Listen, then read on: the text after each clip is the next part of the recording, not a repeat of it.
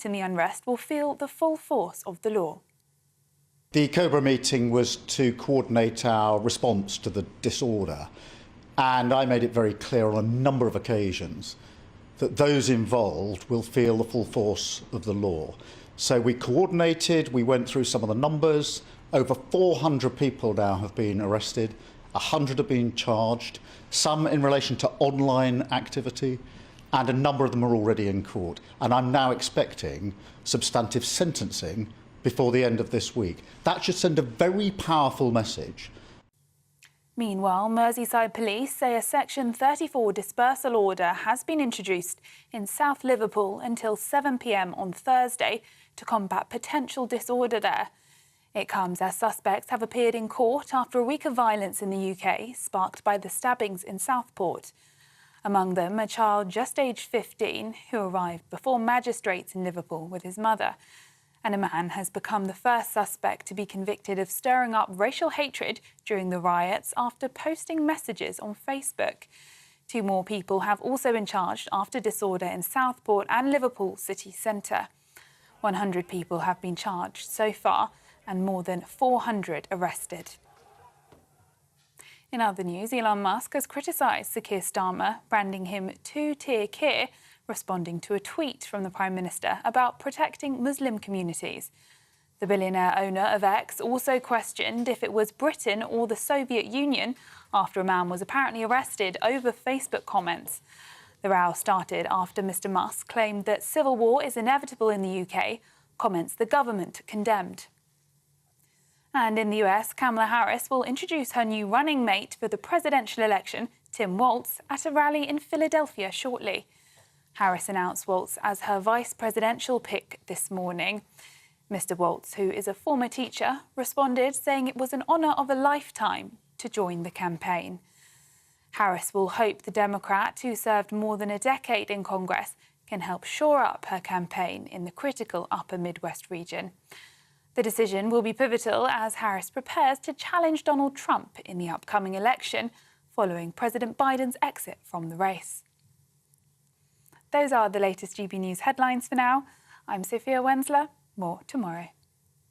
For the very latest GB News direct to your smartphone, sign up to News Alerts by scanning the QR code or go to gbnews.com/alerts.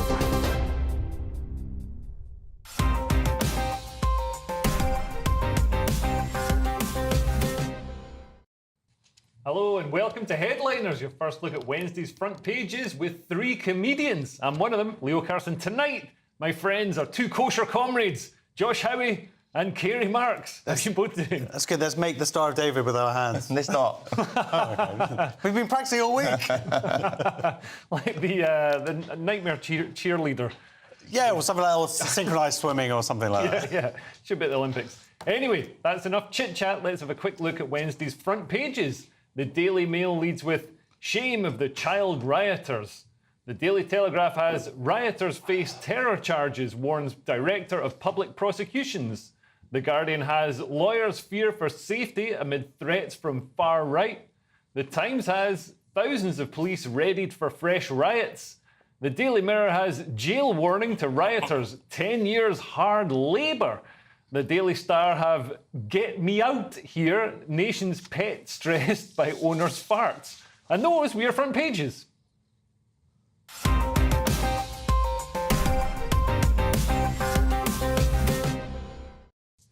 And let's have a closer look at those front pages, starting with the Telegraph, and I believe it's something about riots, Josh. Yeah, well, possibly. There could be a common theme about the show, but before we do that, let's do the top bit of the story. Why is it so hard to adopt a cat? Why is it? Should we get it? No, OK, let's go on to the riots. Fine. No, let's do that one. Let's do the adopt a cat one, please. Rioters face terror charges, warned the DPP. So, yeah, police braced for more violence today with 6,000 specialist officers on standby. Good to see them on standby. They haven't been on standby for 10 months now. But now they've got 6,000 people on standby, so that's good. That was a joke about the Palestinian. It was. Come on, I get it. Well, I don't think it was a joke. I think he meant it. Yeah. I was pretty angry. So yeah, there's comment. Yeah. So there's talk of as I say, and people sentenced to 10 years hard labour, whereas the rest of us just get 5 years hard labour. Hey. It's 2 jokes in the first minute. I like that you're a Labour voter, but you recognise they're only going to get 5 years. I'd be amazed if they make it to the end of the month. Well, we'll see. I mean, Tories managed 14 years of travesty after travesty, so... Yeah, but they weren't quite this bad. But this is a lot that's happened in a month, isn't it? I mean, it's a real dissension into... But there is an argument this, of course, has been a lead, and I'm not trying to absolve Starmer. We'll do some Starmer bashing, don't worry, everybody. Not literal, don't arrest me.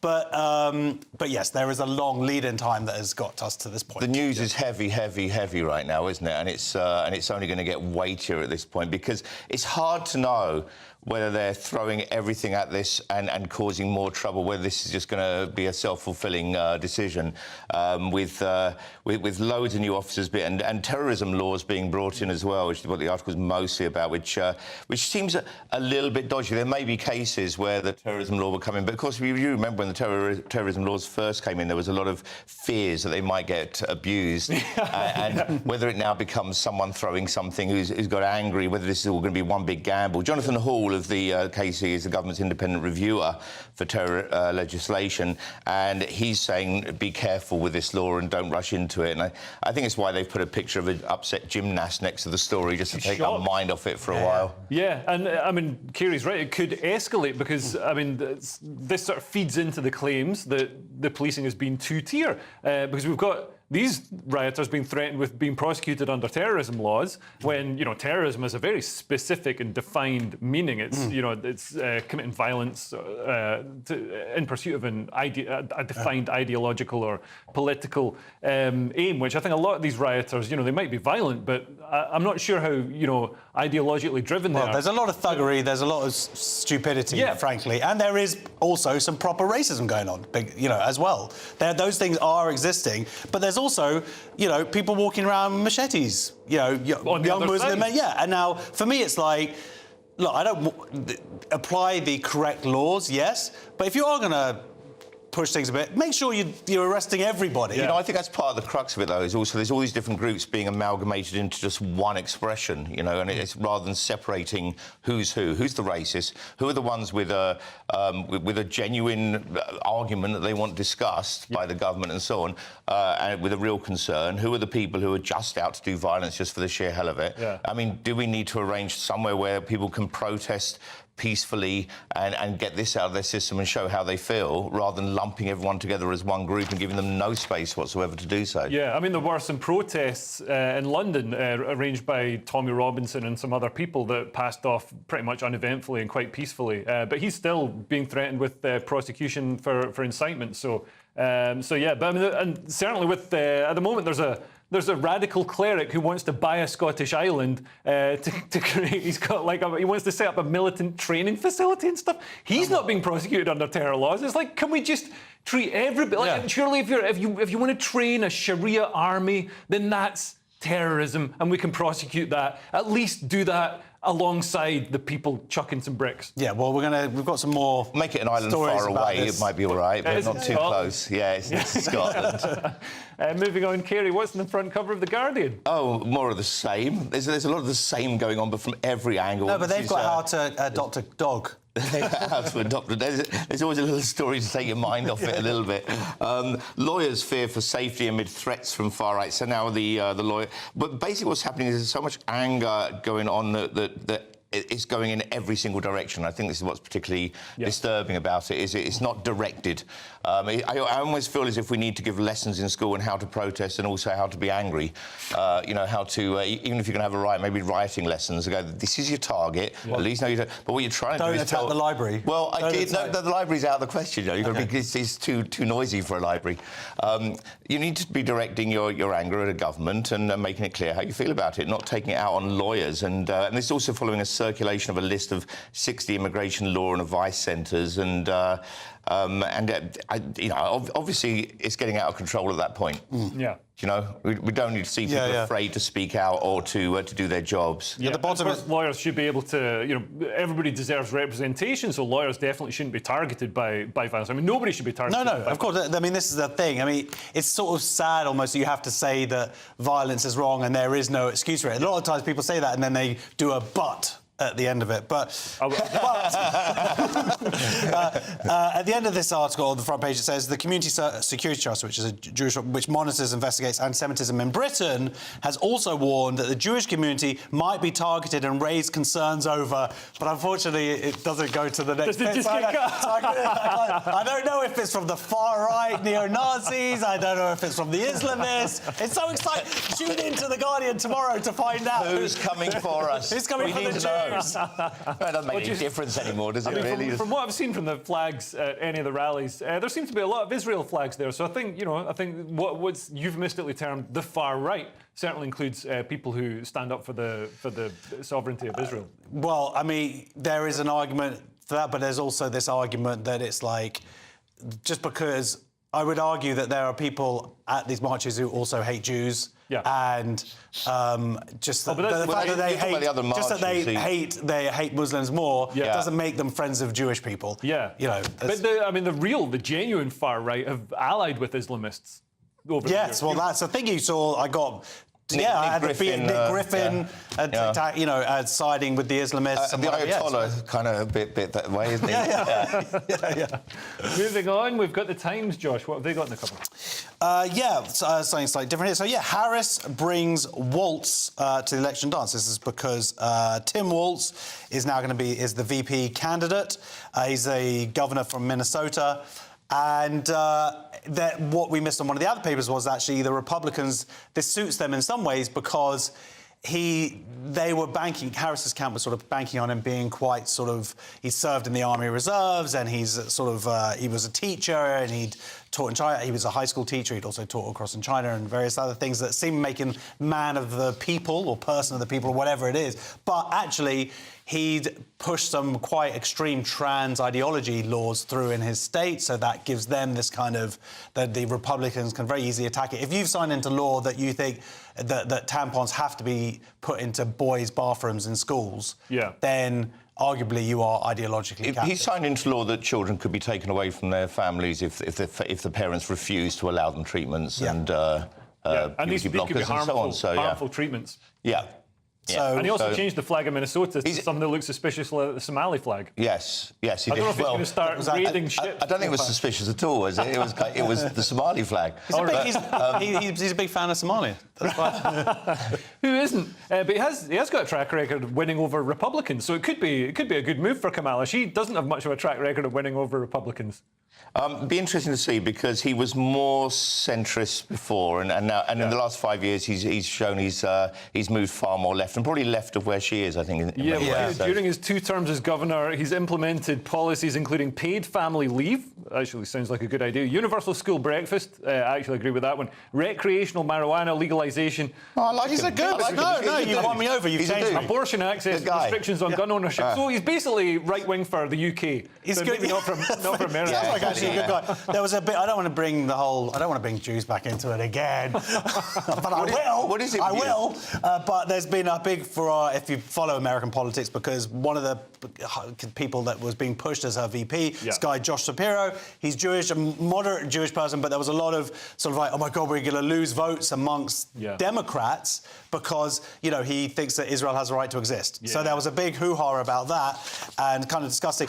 The other thing that Waltz until he grovelingly said that he grovelingly sort of denounced Israel to get his chance. But he lost it. So, I think actually he lost the Jewish vote at that point because a lot of Jewish people didn't then want him to be, and it wasn't because of any views he has on Israel, it was more the feeling that he could then be used as a scapegoat so that any policies against Israel would be allowed. And looking at the immigration policy in that part of the world, so they brought in a lot of Somalis and I think people from other parts of the Muslim world, and the progressive left thought it was amazing. This is a real, slap in the face for the Trump administration, and they thought it was going to be wonderful. And then the Muslims took control of the council, the town council in Hamtramck, and then the first thing they did was ban the pride flag. It was just fantastic. And then all these liberals were like, no, you're supposed to support us back. And it's like, that's not how things work. Things aren't transactional like that. You know, these are ideological people. Yeah, well, one more thing I just want to say about Waltz is he's the guy who said about Trump being weird, and it seems to be like the only thing that has actually affected Trump, because he's come out and said,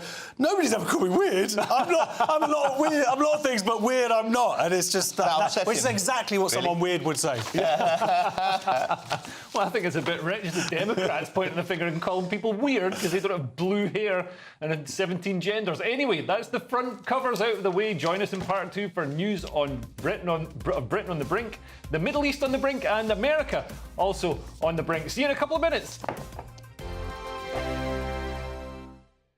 Sir Jacob Rees-Mogg's State of the Nation, Monday to Thursday from 8 p.m. Well, I'm joined now by royal biographer and former royal photographer, Ian Lloyd. Ian, hello, Jacob. Good evening. Good evening. Thank you for joining me. This is going to be great, isn't it? The opportunity to go around and see where the King comes onto the balcony from. Really interesting insight to how Buckingham Palace works. It's exciting. I went yesterday, there was a press preview, and the thing that struck me first of all is that if you're the King and or the late Queen and you're on the balcony, you can't see the Mall. I mean, we all see people coming down from the top, you know, thousands of people crowding in towards Buckingham Palace. They can't see it because of this great monument to Queen Victoria called the Queen Victoria Memorial, or they call it the wedding cake, but it blocks the view. So apparently the King has a TV in there, and the late Queen did as well. So what they do is they when they're waiting to come on, they're watching the TV to see how the crowd's getting nearer the palace. And the other thing that struck me is when we were on it looking down, is you can actually see individual faces in the crowd out there, because we looked out, you know. So they do get a good view of what's happening directly underneath the palace, you know.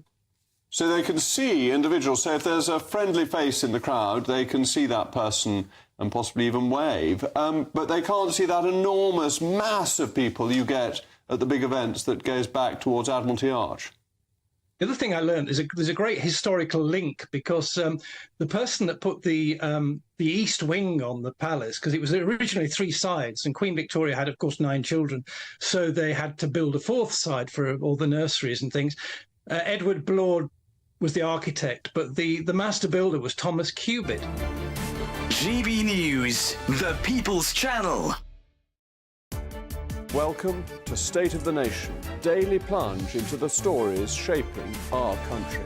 I'm Jacob Rees-Mogg, and Monday to Thursday we bring you the insights, the facts, the truth about how our country is being governed. Because what happens in Downing Street matters down your street. Tune in to State of the Nation every Monday to Thursday, 8 to 9 o'clock.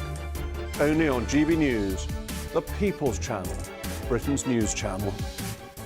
Join me, Camilla Tominey, for a frank and honest discussion with those in power that cuts through the spin and gets to the heart of the issues shaping our nation.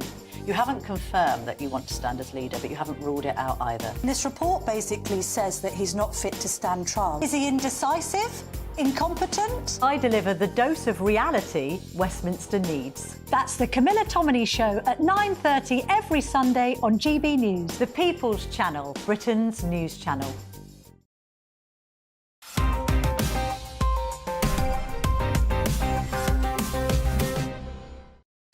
Welcome back to Headliners. I'm still Leo Curson. I'm still joined by friends, co-workers and occasional lovers Josh Howie and Kerry Marks. That's how good the show goes, doesn't it? Yeah, and we kick off this section with Wednesday's Daily Mail. Josh, in two-tier Keir promises to take all necessary action to end the riots, other than addressing the underlying causal issues or acknowledging people's legitimate grievances, of course. Yeah, that would be a start, possibly. Yeah, Keir Starmer to hold another emergency Cobra meeting this evening over week-long riots. Crisis here, so yeah, the 2 Keir steer. I mean, it's just unfortunate rhyming that it happened. The reality is that the two-tier thing has been going on for, like I say, the last 10 months at least.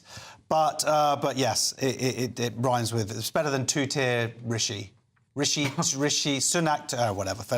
So, yeah, as you say, he vows to take all necessary action apart from actually listening to people with a different set of ideas.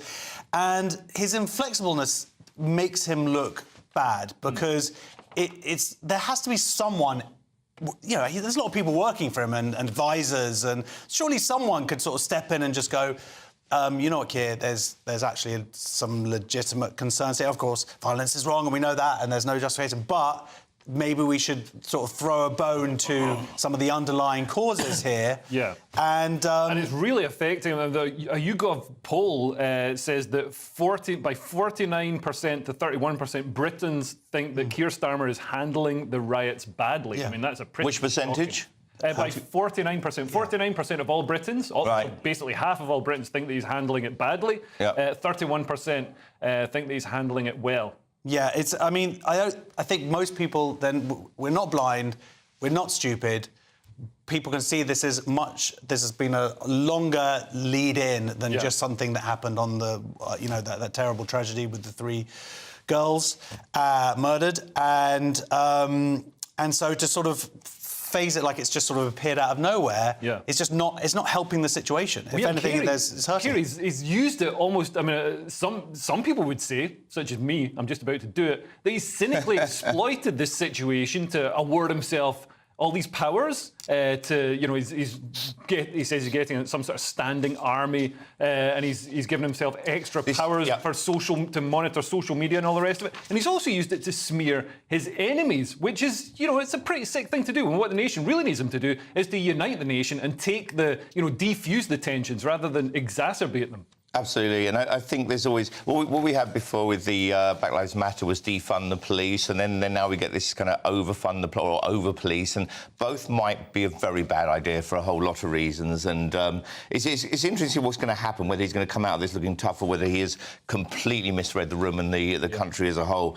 He called another Cobra meeting this morning, which always sounds to me like there's an escaped snake, but unfortunately it's not quite that. There's talk of throwing... We'll come to this in a while, in fact, the prison thing about what we're going to do with all these people that apparently we're going to arrest in a hurry with no space in our prisons. I predict that will be coming up. And I agree with Josh as well. We've had 10 months of protests with everything they're saying, Nazi signs. And I've mentioned this before in the programme, but synagogues being vandalised and so on. And there's been none of this tough talk, like, at all, like zero. And for it to come out of nowhere to go so strong now, to go, no, now you've crossed the line because a mosque gets damaged and so on. Like, that is 100% wrong. All of this has been 100% wrong, and there's been 100% no action whatsoever until suddenly there's got to be loads of action. So, you know, emotions are running high, and also there's a lot of blame going on to the social media, which I think some of that's fair, but the trouble is I'm not myself particularly trusting mainstream media at the moment, which isn't covering anything well. It's hardly showing any of the Muslim groups that are rising up and also becoming dangerous. What's hilarious is, like, the mainstream media, they turn up to try and, you know, show, far-right thuggery, and then half the time in the background you get a mob of stabbing their tyres, with, like, machetes trying to stab their tyres, pointing fake guns at them. If you believe BBC News at the moment, then what's going on in Bangladesh is euphoria, rather than also massive uprising. We're not getting a clear story, and this is the problem: is if you're going to blame social media, then media has to be a bit more responsible. Yeah, and staying with the riots, we've got Wednesday's Express next, with the 2-tier media finally forced to acknowledge that the mobs of armed Muslim men attacking people in the streets of Britain are also bad, Kerry. Yeah, the Birmingham riots. Oh, this is the LBC reporter who ended up... I don't know why I'm laughing. I'm just fed up with this whole thing, really. I'm just going... I'm just going gradually insane now. I'm going to become hysterical in a bit. This is... The BBC, sorry, the LBC reporter who fled from an armed mob, it says it was the same day a mob carrying Palestinian flags beat, and they miswrite the word here, alone. They mean a lone man, but they've written a lone man, which sounds like they're now going after people who are experiencing loneliness, which is really awful. I'll read the briefs of the very quick version of what happened. He said, we were walking along, a large number came out to protect, of Muslims came out to protect their neighbourhood, masked flying Palestinian flags, of some carrying what appeared to be weapons. Told we should regret being in the area, asked to leave immediately. One was carrying a metal pole. We turned around and walked the other way. We started chasing. They were shouting after us, and then for 20 minutes, every way we turned, we faced more and more dodgy looks and cars appearing to be circling around us. At the same time, we now know a crew from Sky News was also forced off air and had their tyres stabbed by another man. Hey, Starmer, I think you might have forgotten to mention this side of things. Yeah, you know? Not mention it's all far-right thugs. There's no mention of these mobs of Muslim Muslim men who we've clearly seen on social media. I mean, this is why Starmer wants to shut down social media, because it's revealing what he's not. It's contradicting his propaganda, and it's absolutely horrific. I think we've got a clip to play right now. Community leaders have been speaking to the police as well, because... Hey, yo, free Palestine! Free Palestine! But I think, apologies for the language you're hearing, but a sense of the anger, I think you can hear there. Yeah, Casey, I think we... So Ali G wants to free Palestine. So, a few things that are interesting about that clip. First of all, one of the things that if you turn it up, you can hear F the Jews. Yeah. And did you turn it up? I did turn it up. Just to hear F the Jews? Just to hear the repeatedly. Is that what I'm thinking? Is that what I think I can hear? It does say that. And then... I'll say it to you if it makes you happy. You keep on saying it. But Jess Phillips put that very clip up and sort of tried to defend them and go, look, they were told, blaming the misinformation. It was like, can you not just call out this terrible imagery here? Sky then put out a tweet later about how their tyres be slashed. They deleted the tweet. Yeah. So again, this is self-censorship. On their website, it was phrased as if they said, oh, when we were at a far-right protest, our tyres were slashed, as if it was obviously, you know, some white thugs wrapped in it. Well, put it into the passive rather than the active, yeah. Again, this is what I think really just frustrates people. Not to make the point that violence is ever acceptable. This is just frustrating people. People are not stupid. People can see what's going on here. They can see the two-tierness of how this information is delivered to us or not delivered to us. That's the frustration thing. Be honest about the bad agents across the spectrum, even if it might cost you some votes, Jess Phillips, because you nearly lost by 1,000 in your district and whatever. You know, you've got to call the truth out. For her to excuse it and say, oh, but it's acceptable. She's almost saying they were rioting. It's excusable to riot when there's been some false information spread. What about the reason other people are rioting? Because the girls have been killed. Some of it's so passive. It's almost like, and then tyres exploded themselves by someone's hand. But it's also that I do understand some people coming out right now and defending their areas. It's a case of we're getting beyond that now, and there's areas where it's coming out with machetes and. Oh, sorry, can we just mention that same night? I fully understand people protecting their neighbourhoods. Except for the man who got beaten up outside the pub. He's got a lacerated liver, and the other thing this guy, the LBC guy, talks about. At least he mentions this: the lack of police presence. Yeah. Where are the police in these instances? Why is it the clips in Leeds of people running away? I know that was but the point is, anybody rioting, it seems to only be that the police rock up when it's white thugs doing it. A cynic would say that these are the street militia for these politicians. Anyway, we've got the Express again, and Labour have been accused of prioritising illegal migrants ahead of British people in the social housing queue. Well, they are going to favour the people who vote for them, Josh. Well, I don't know if they can even vote for them because they are not British citizens yet. Anyway, but fine. Reform and Tories have taken aim at Labour over its plans to move asylum seekers across the country. So Labour is accused of putting illegal migrants ahead of Britons. At the moment, obviously, there's been a lot of attention about housing and the things like the bibby, the boat, and the barge, and different RAF bases and various things. Now they're talking about Labour's plans of sort of. I have to be careful about the analogy I use. So say it's like my daughter's bedroom. There's lots of bears. Do you put all the stuffed toys in one corner and you go damn, that's a lot of stuffed toys, or do you sort of hide them around the room? So it seems like this is Labour's policy, is just to sort of place them, a few people here or there. Of course, the problem with that is that it's going to, our critics say, it'll push up rent in those areas already. And the other thing is, then the other risk is, of course, prioritising those people from people who aren't able to get accommodation themselves, people who are British. Yeah.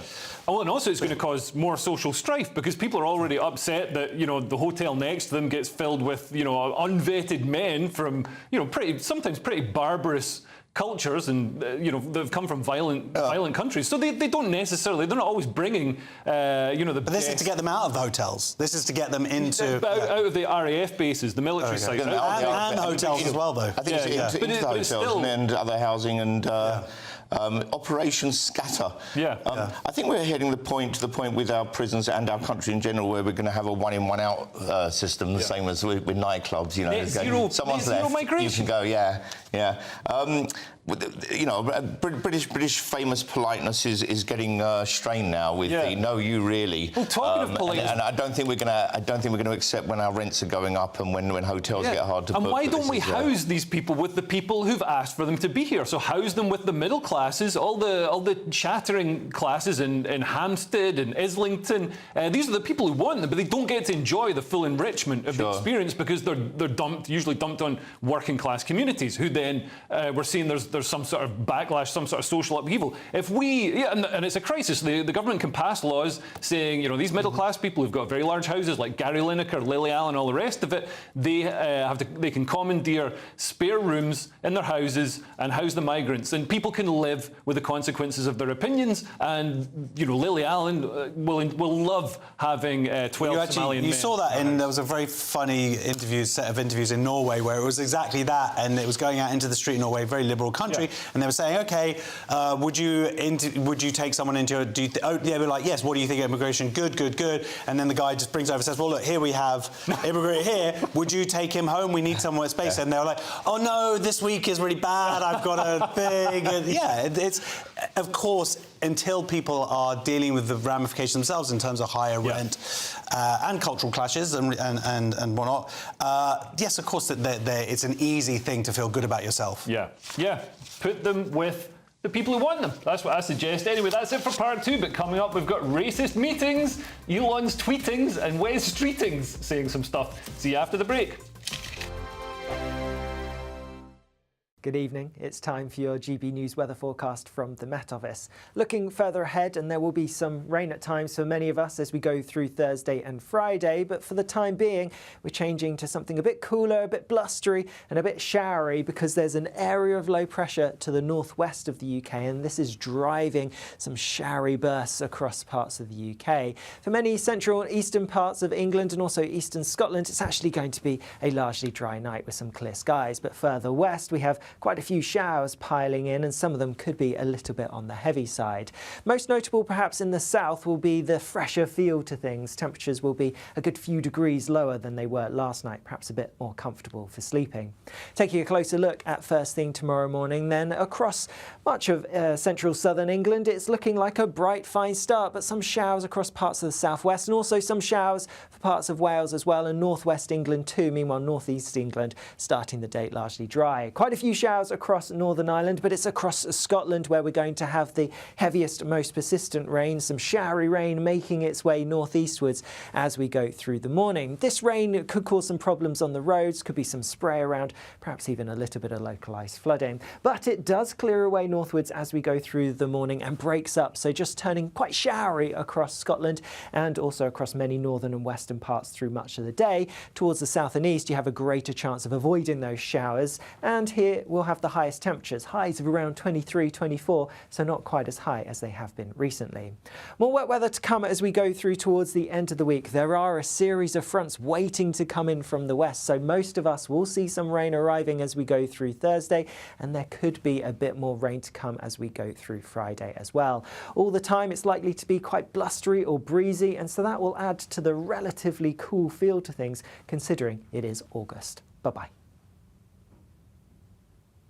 Hi there, I'm Michelle Dewberry, and I'm going to take a second to tell you all about my show, Dubes & Co. We start off with the issues of the day. We then bring in both sides of the argument. We get rid of the disrespect, and then you throw me into the mix. And trust me, I'll tell it exactly how it is. And then, of course, the magic ingredient, you at home. We mix it all together, and what have we got? In my opinion, the best debate show in town. Monday to Friday, 6 till 7 on GB News, Britain's news channel. Welcome to State of the Nation, daily plunge into the stories shaping our country. I'm Jacob Rees-Mogg, and Monday to Thursday we bring you the insights, the facts, the truth about how our country is being governed. Because what happens in Downing Street matters down your street. Tune in to State of the Nation every Monday to Thursday, 8 to 9 o'clock. Only on GB News, the People's Channel, Britain's news channel.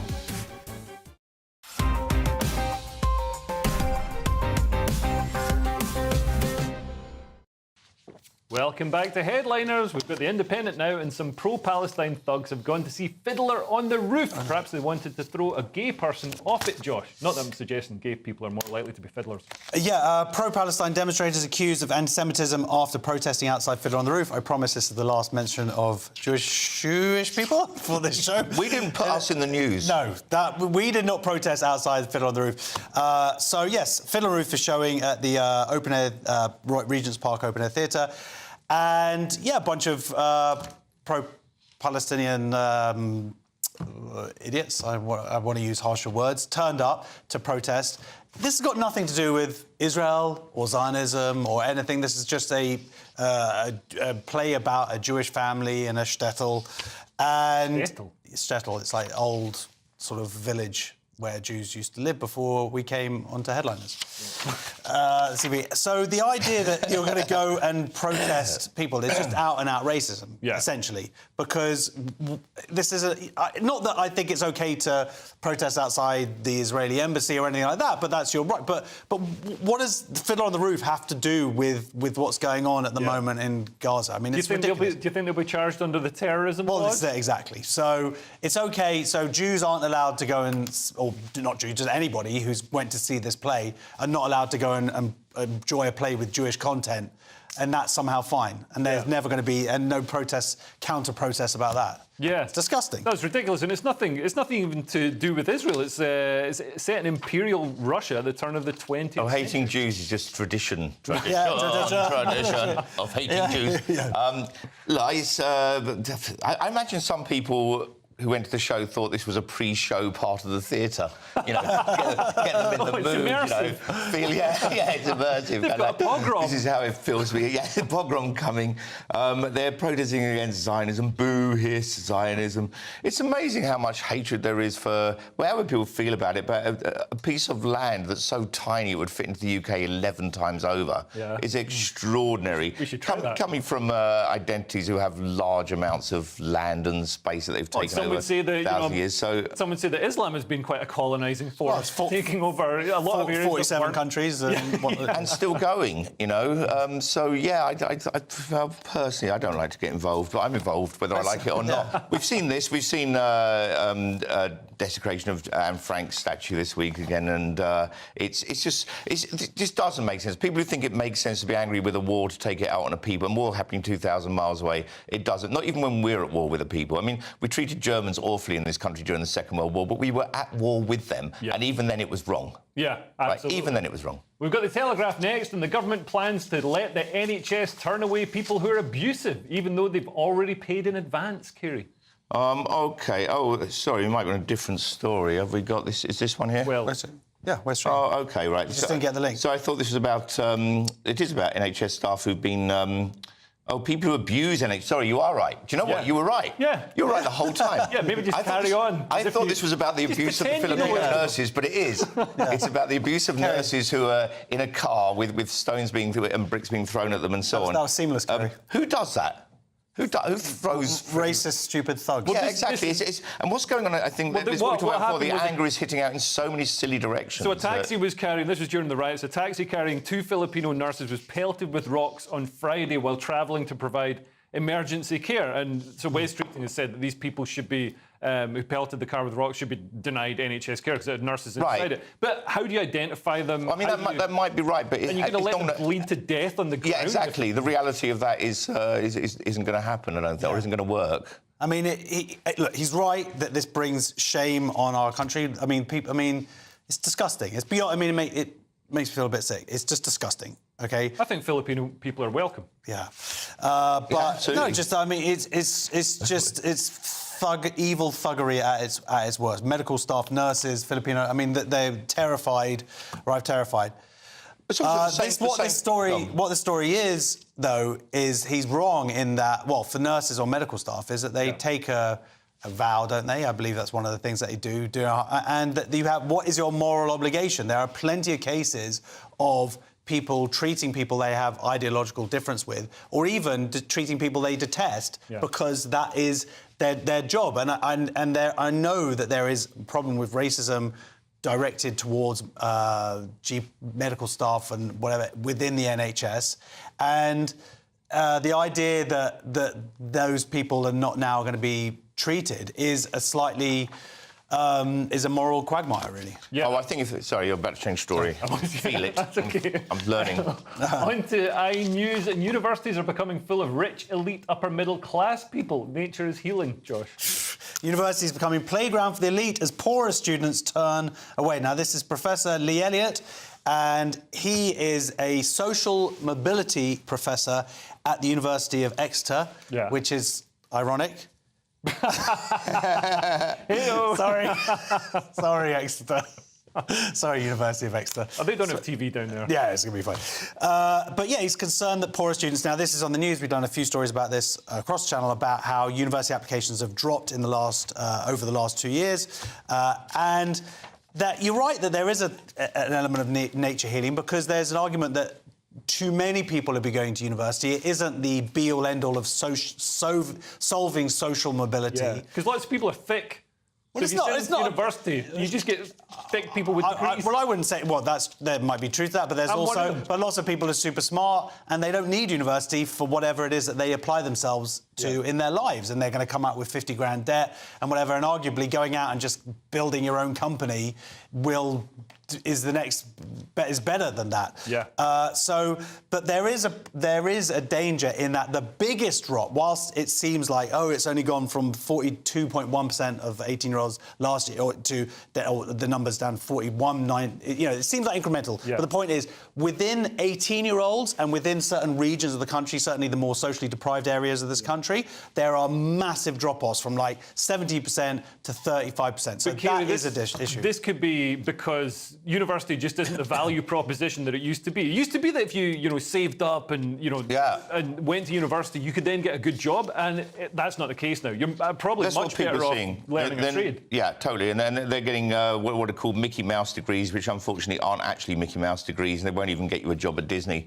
And also, I think what the kids are seeing as they're growing up, and they're seeing on the news what's coming out of university is the Jew-hating demonstrations and discussions of magic. I can do that for free. Yeah, totally. You're welcome. and a place where you can learn sort of magical gender spells and change your identity and all this. And that's not what university is supposed to be about. Yeah. So I think that what people are seeing at university isn't looking like... We're not hearing interesting things that universities are discovering, because instead we're hearing all this stuff.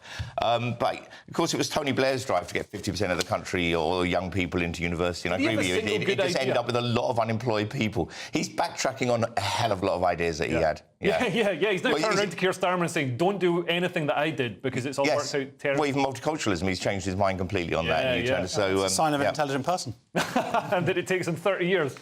Just the final section to go. We'll be discussing the latest developments from psychedelic mushrooms, well-endowed Olympians, and we'll find out what your underwear says about you. Josh's say, lay off the curry. See you in a minute.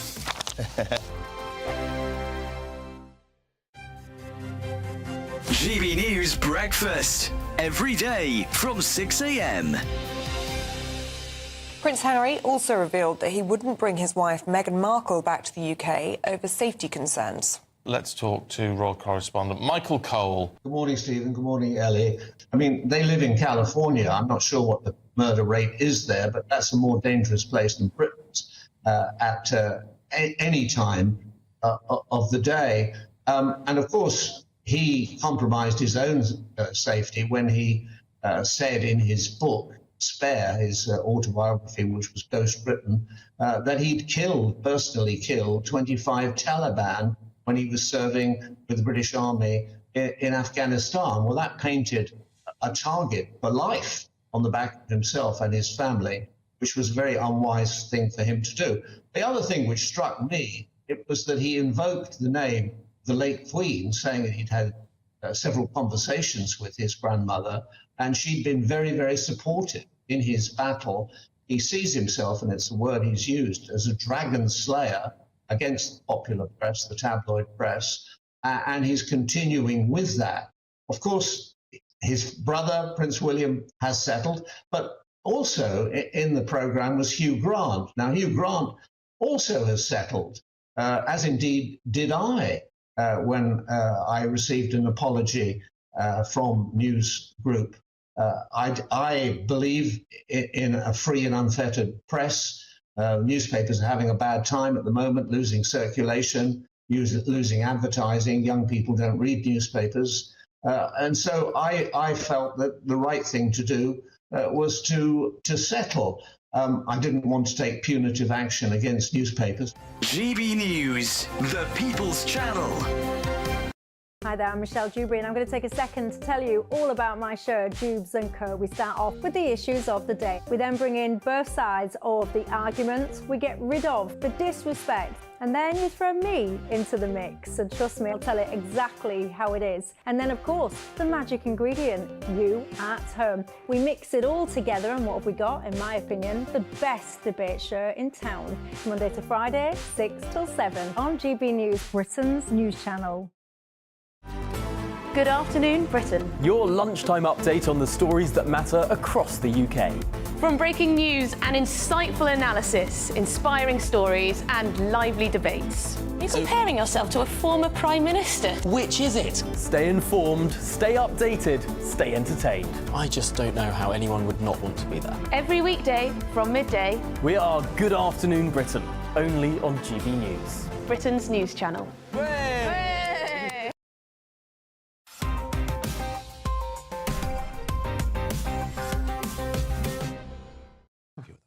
Welcome back to the final section of headliners. We jump back in with The Guardian. Josh, and can magic mushrooms reveal what it feels like to die? I mean, I'm not sure, but a hash brownie once convinced me I'd peed myself.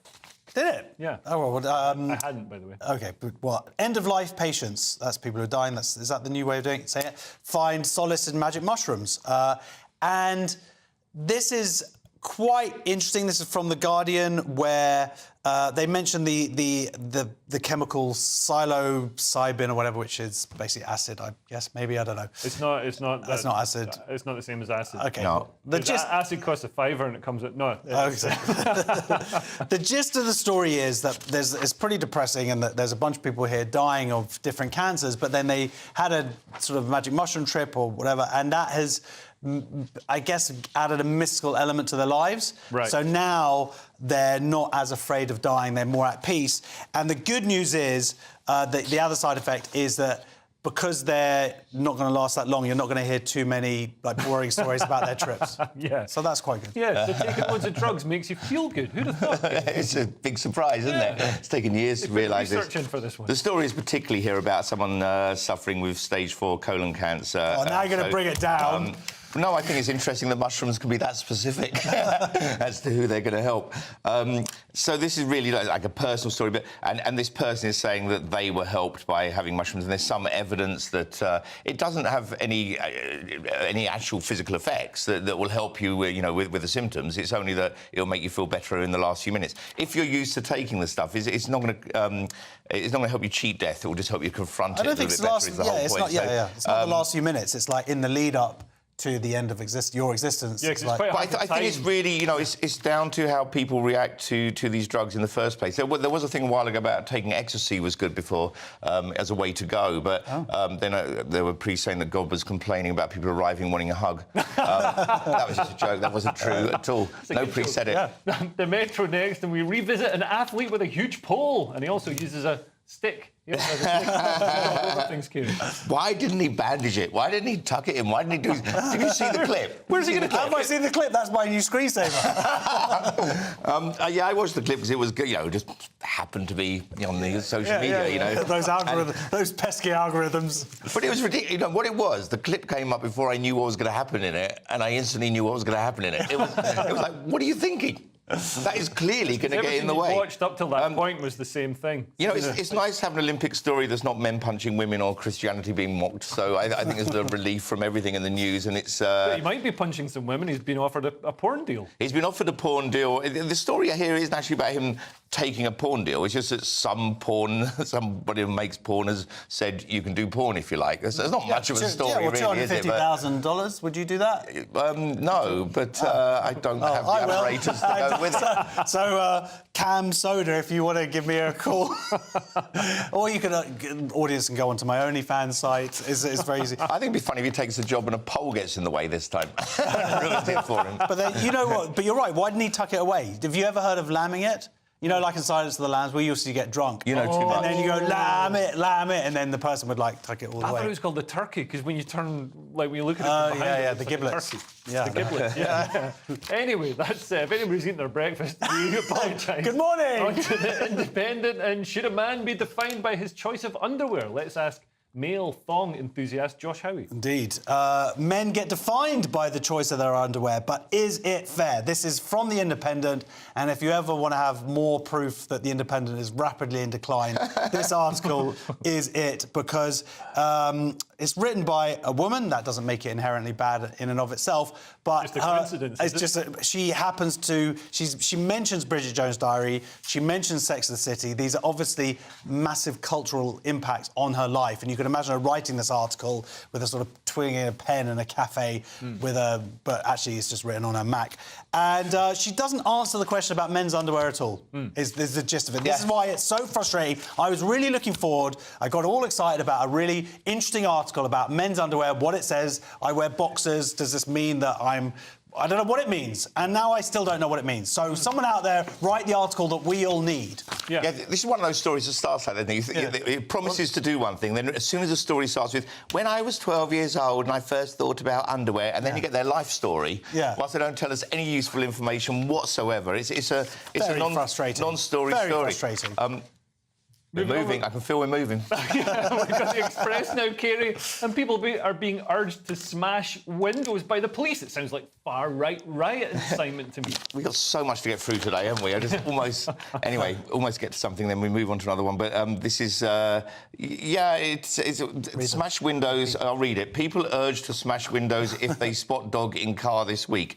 You kind of inference that in the beginning there anyway, but we're now seeing it's wrong to vandal cars. So the actual truth about this is you can't smash a window. It's still illegal to smash a window of a car, even if a dog is suffering. Well, even if it's dying. Not even if it's dying. If you think it's really in trouble, then you could do it, and obviously there's some play in the law to say there was an excuse for doing it. If you're staring through the car and literally dogging, if you're literally going around cars, looking at dogs in cars, and literally dogging. Is that what dogging means? That's what I've decided it should mean. And then you see a dog's in trouble. No, you can't do anything. No, it's illegal. No, it's illegal, but what they're saying in the story you can watch that dog die and you are not allowed to break. No, you're not allowed. Josh, do you think sometimes you should be able to bend the law? Well, it depends is whether you think your freedom is worth that dog's life. Yeah. It's your morality you have to call into question here. I do. I'm a dog person. Anyway, the show is nearly over, so let's take another quick look at Wednesday's front pages. The Daily Mail leads with shame of the child rioters.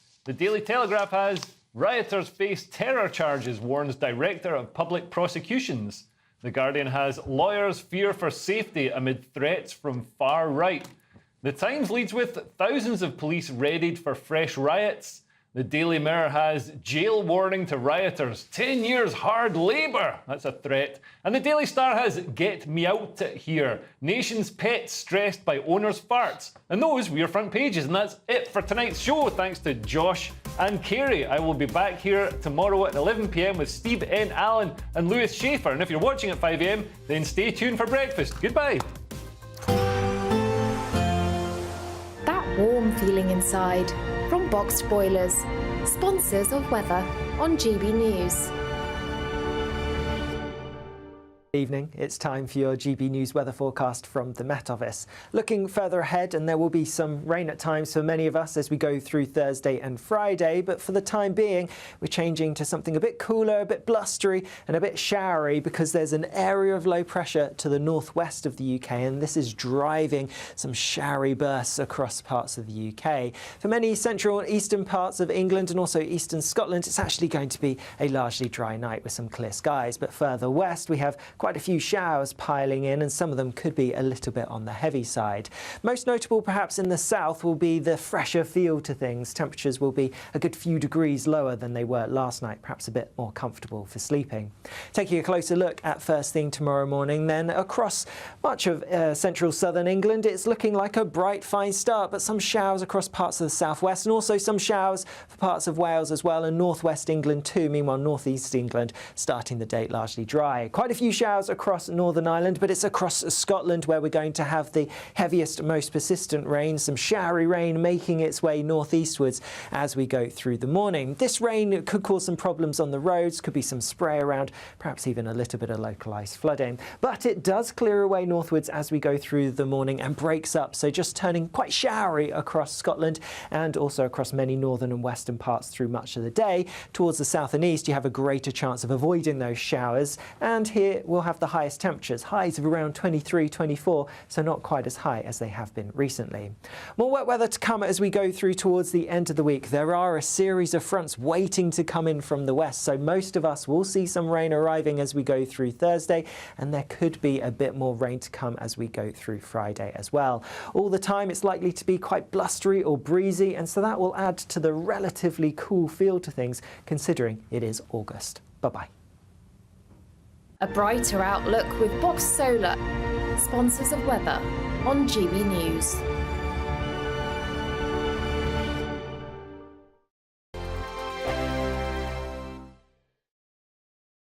Don't miss out on your chance to win a whopping £30,000 in tax-free cash to spend however you like. It's extra cash that could really make a difference to your coming year. You could find yourself on that holiday you've always wanted to take, buy that treat that always seemed out of reach, or just send some of those day-to-day financial stresses packing. £30,000 could be yours. For another chance to win £30,000 in tax-free cash, text CASH to 63232. Text costs £2 plus one standard network rate message. You can enter online at gbnews.com/win. Entries cost £2. Or post your name and number to GB07, PO Box 8690, Derby DE1 9TT. UK only. Entrance must be 18 or over. Lines close at 5 p.m. on the 30th of August. Please check the closing time if listening or watching on demand. Good luck. I'm Christopher Hope. From pop stars to politicians, I'll interview anybody in a pub who's got a political opinion. Join me every Friday on Spotify, Apple Podcasts, YouTube or gbnews.com, or wherever you get your podcasts. This is GB News, the People's Channel. Weekdays on GB News. Wake up to breakfast every day from 6 a.m. Followed by Britain's newsroom at 9:30. At noon, it's Good Afternoon Britain.